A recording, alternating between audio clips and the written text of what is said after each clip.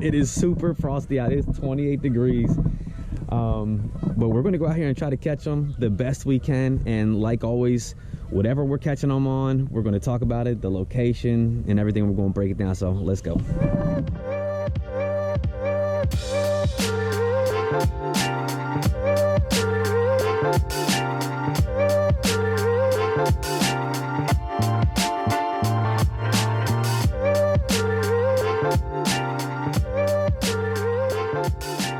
Conditions, as you can see, bluebird skies, a light wind, and it was 28 degrees when we got here.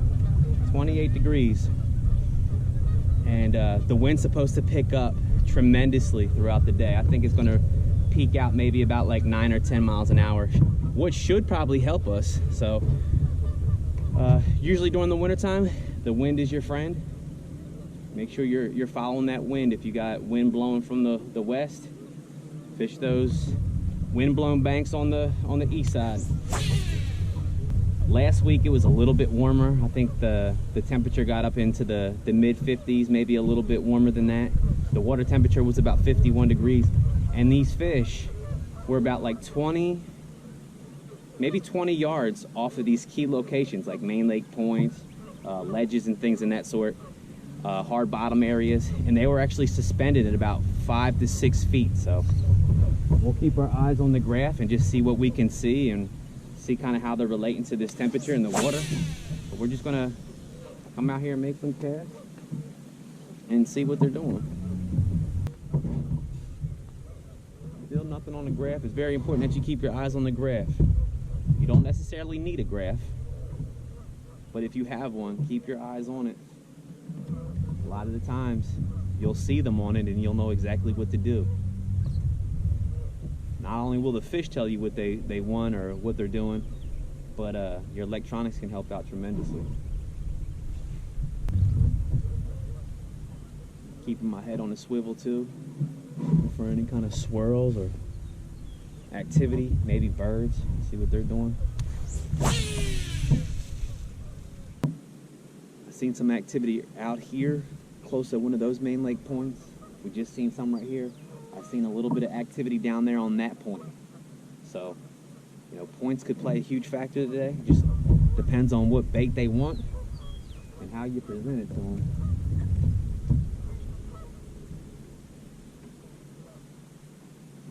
But we're just going to try a couple things, make our adjustments as we go.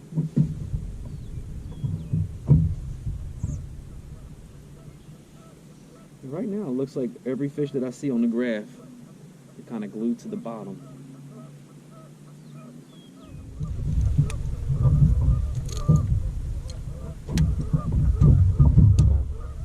Throw this lipless crankbait a little bit, just kind of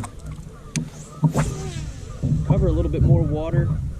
And with a lipless crankbait, you can actually vary the retrieve and, you know, basically kind of see what kind of mood these fish are in. You can fish it fast, you can fish it slow, you can yo-yo it. There's so many different things that you can do. But we're going to throw the lipless crankbait here for a second. Maybe we can, you know, figure out what kind of mood they're in. The wind's picking up just a little bit. Looks like more on the east side of the bank here. It's coming from the south. But we're gonna see what we can do.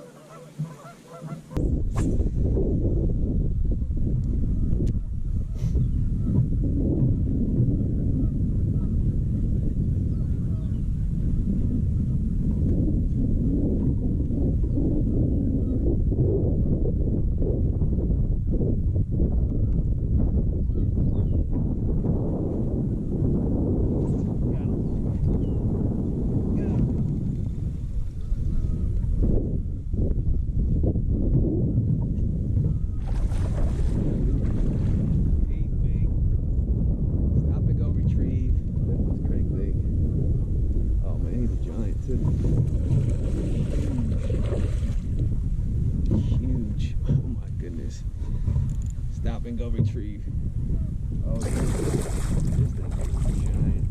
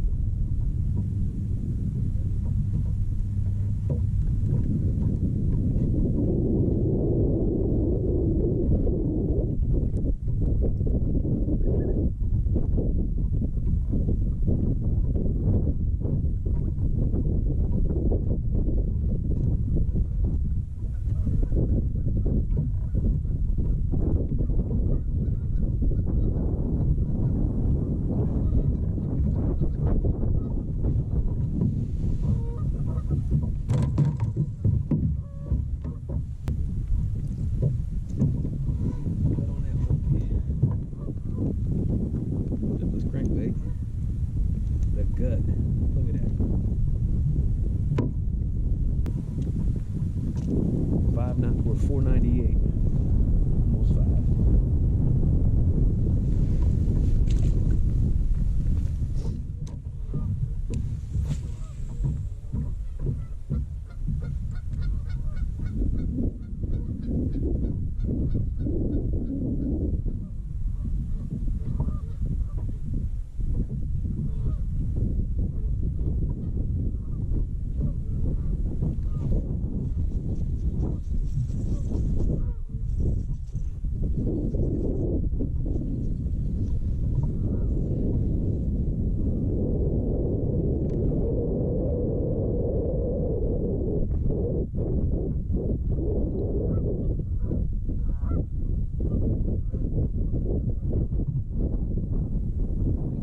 Jones.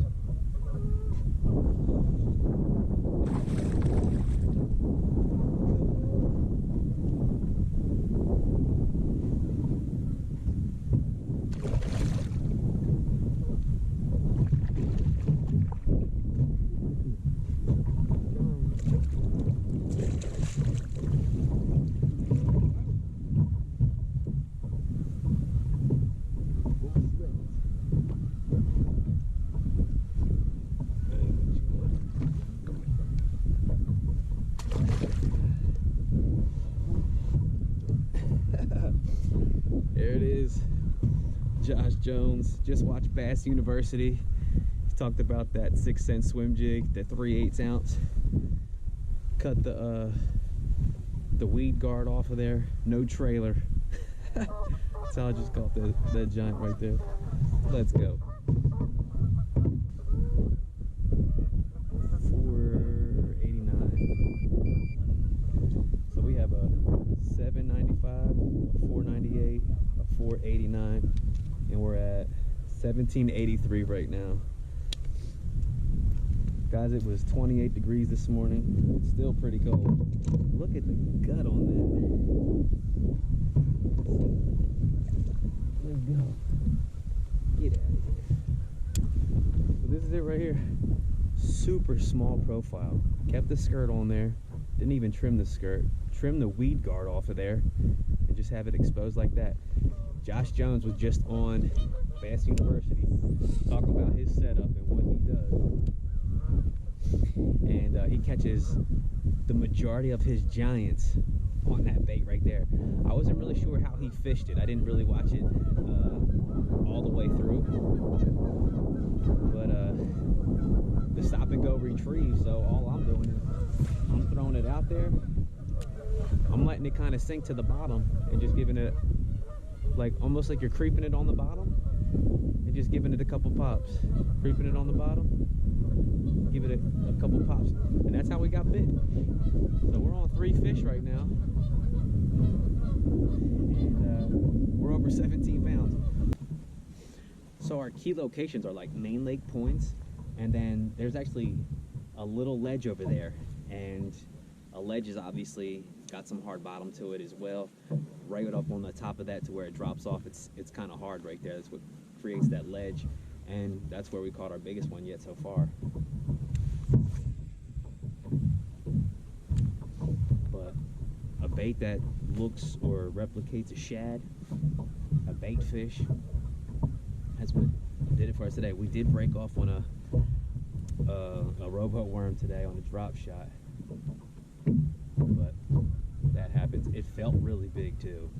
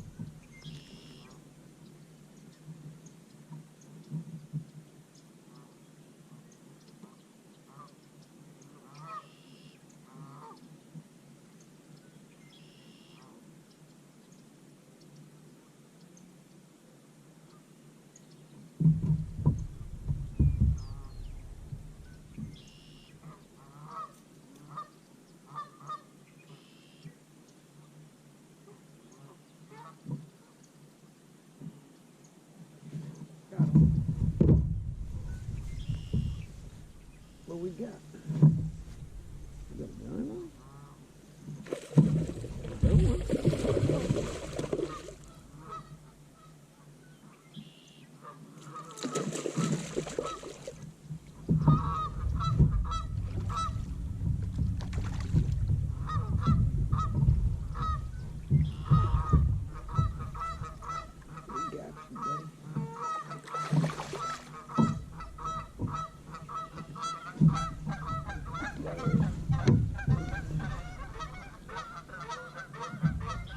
Got him. 418. Fritz, I did it again. Sun's down. Guys, if you haven't seen the video about me talking about the prime time in the winter, I'm gonna put that video up here too, or I'm gonna tag it at the end. Look at that joker. Look how fat he is. So sweet. But I know you can probably see it. As soon as the sun hits the top of the trees in the winter time, man, it's prime time. These fish are gonna start feeding up. I've been looking at some of these key locations right over there at that main lake point, this point right here, and the point right here in front of us.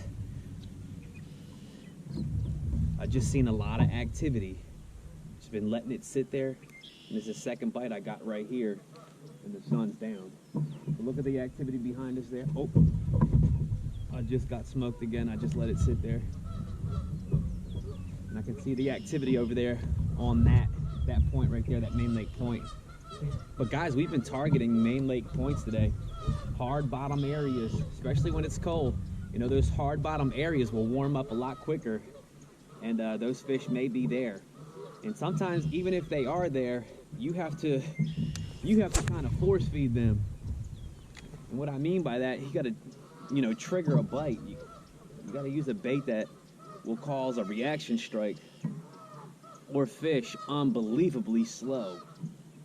But you know, that was 5 right there. It took us a minute to get 5. Oh, here's another one. That's a good one. Oh yeah, that's a really good one. Oh yeah. Just right out here fishing that Frittside 5 with a really good pause. They're just coming up and hitting it.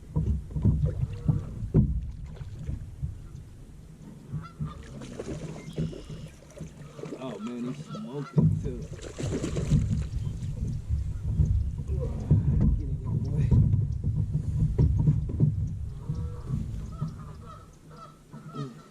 Look at that. He smoked it. Smoked it. Fished the Frittside 5 basically, you know, throughout the day on these key locations and did not get a bite. But as you can see, that pause that I'm doing right now is really long. It almost feels like a worm bite. 302. So we're ending pretty well now. 302, we're at 28 pounds with 6 fish. You know, you can't complain about that. Especially when the morning was 28 degrees. But all I'm doing is chucking it out there. This is where we saw some of that activity. I'm cranking it down and just letting it sit there and just waiting. And as I was telling you and talking to you guys about what we were doing today, I just felt that bite come